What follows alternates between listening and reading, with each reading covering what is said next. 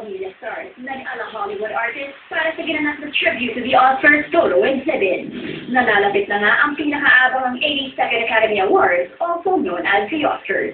At bilang tribute, ang Velvet Channel ay bumuo ng isang photo exhibit na ginanap sa Ayala Museum kahapon. Dito, itinampok ang ilang kapamilya stars who portrayed some of the most memorable couples and dynamic duos in the Oscars history. Our second year of celebrating the Oscars in the party.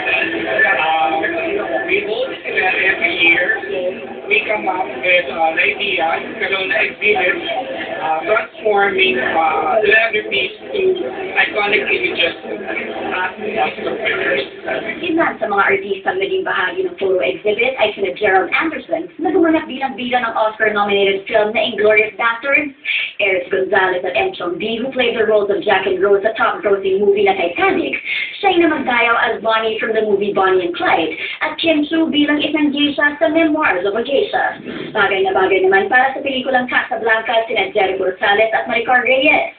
Habang si Melissa Ricks, gumanap naman bilang Arwen ng Lord of the Rings, kasama ang sandwich vocalist na si Raymond Marasigan who played the role of Aragorn.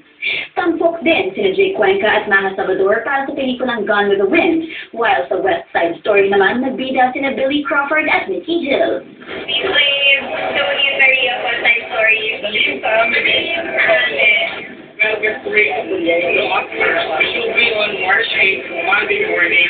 It will be shown live on Velvet and at 9:30, I think, on ABS-CBN Free TV, and also it will be shown on Wednesday on the following day. But on Velvet, it will be a complete coverage. Mga kaibigan,